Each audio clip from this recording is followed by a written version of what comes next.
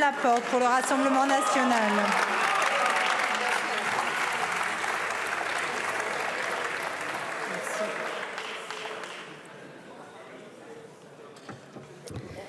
Merci Madame la Présidente, Monsieur le Ministre, Monsieur le Rapporteur général, Mesdames et Messieurs les rapporteurs, mes chers collègues.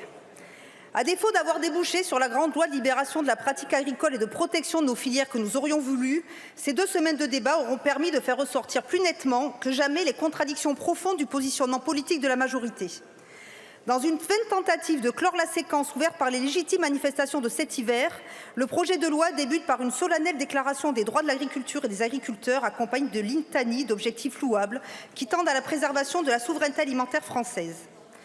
Pourtant, ce qui suit peut se résumer en un exercice d'équilibrisme se proposant de concrétiser en matière agricole le fameux « en même temps » macronien, un exercice en réalité raté car nous ne pouvons que constater que, article après article, la main qui aide les agriculteurs et facilite leurs projets est systématiquement moins forte que celle qui, dans une recherche désespérée de considération de la part des tenants de la décroissance et de l'écologie punitive, restreint leur liberté.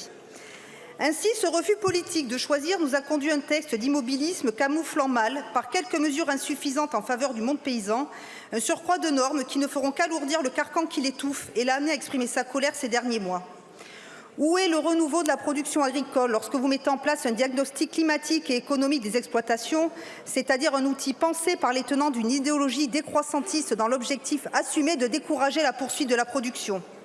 Où est le respect de la liberté de carrière de nos agriculteurs lorsque vous étendez de 3 à 5 ans avant l'âge de la retraite le délai limite pour satisfaire l'obligation de notifier son arrêt d'exploitation à l'administration, ce qui, aux yeux du Conseil d'État lui-même, contraint l'activité agricole dans des proportions inédites? Où est le souci d'encourager une nouvelle génération d'agriculteurs à se lancer lorsque vous obligez, alors c'est sans doute pour mieux les habituer à la contrainte permanente qui va les attendre tout au long de leur carrière, tout candidat à la reprise d'une exploitation de bénéficier d'un fumeux service d'accompagnement et de conseil personnalisé rempli par des cabinets agréés qui conditionnent à ce parcours le bénéfice des aides à l'installation?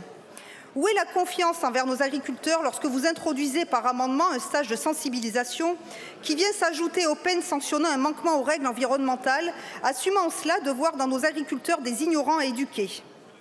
Où est l'engagement de ne plus faire de surtransposition des normes européennes lorsque, sous couvert de simplification, vous soumettez nos exploitants à une législation sur lait plus étendue et plus contraignante que les prescriptions de l'Union européenne? Où sont les conséquences législatives concrètes du soutien que vous avez manifesté envers les agriculteurs de Sainte-Soline lorsqu'introduisant un juste aménagement des procédures contentieuses pour les ouvrages hydrauliques agricoles, vous en excluez les bassines venant des eaux souterraines, sans doute par peur de réveiller une levée de boucliers dans les rangs de l'extrême gauche? Où est la prise en compte du caractère urgent de la réforme du cadre fiscal et social qui s'impose à nos agriculteurs lorsque vous renvoyez au texte budgétaire de l'automne prochain des mesures que vous avez claironnées ces derniers mois, comme par exemple le renforcement de l'abattement sur les transmissions d'exploitation et celui du dispositif d'exonération de cotisation des travailleurs saisonniers? D'ailleurs, pourquoi ne pas les avoir intégrés dans cette loi?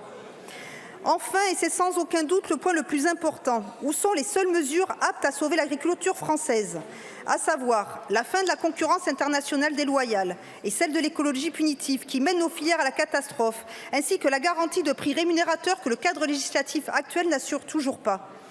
Mes chers collègues, quelques mesures opportunes mais mineures ne sauveront pas un texte qui, en esquivant perpétuellement le fond du problème agricole français, échoue, j'ose dire lamentablement, à tenir son rang de projet de loi d'orientation agricole. Pire, il constitue pour la dignité de nos agriculteurs un véritable camouflet qui ne récoltera de la part de ces derniers que la saine résistance qu'ils méritent. C'est pourquoi, en dépit des appels de certains syndicats dont nous demandons s'ils visent réellement à défendre des intérêts agricoles ou plutôt à donner le change pour éteindre la colère qui gronde, nous voterons contre ce texte et nous continuons d'appeler de nos vœux une grande loi de libération de l'agriculture française qui nous permettra d'assumer à nouveau notre rang de puissance agricole mondiale et rendre à notre monde rural sa fierté et sa dignité. Nous, tout ce que nous souhaitons, c'est mettre sur la table les vraies problématiques. Je vous remercie. Je vous remercie, ma chère collègue. La parole est à présent à Madame Manon Meunier pour la France insoumise.